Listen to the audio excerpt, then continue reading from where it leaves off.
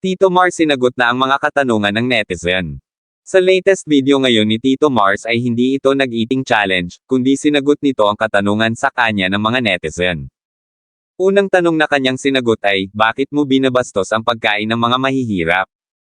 Ayon kay Tito Mars ay hindi umano niya binastos ang pagkain ng mahihirap dahil unang-una umano ay hindi rin naman siya mayaman. Unang-una hindi po ako mayaman. Mahirap din ho ako, so bakit ko kailangan bastusin yung pagkain ng mga mahihirap? Kung babastusin ko man yun, ay direkta rin akong matatamaan doon dahil mahirap din po ako.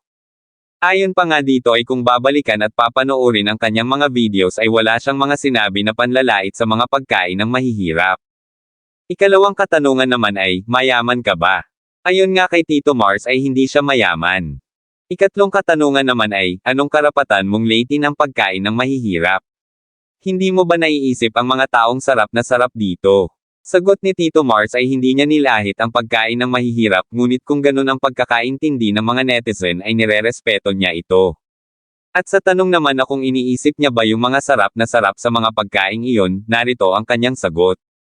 Hindi ko sila naiisip, kasi mas marami ho akong bagay na iniisip sa buhay ko, diba?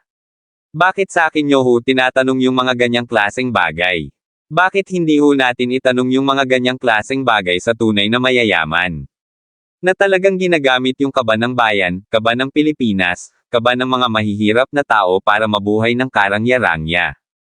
Kung talagang concern ho tayo sa mahihirap, dun ho tayo magtanong, wag ho sa akin, saad ni Tito Mars.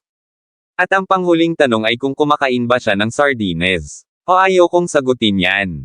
Pero nasa sa inyo na ho yan, choice nyo na ho yan kung maniniwala kayo sa content na ginawa ko o hindi.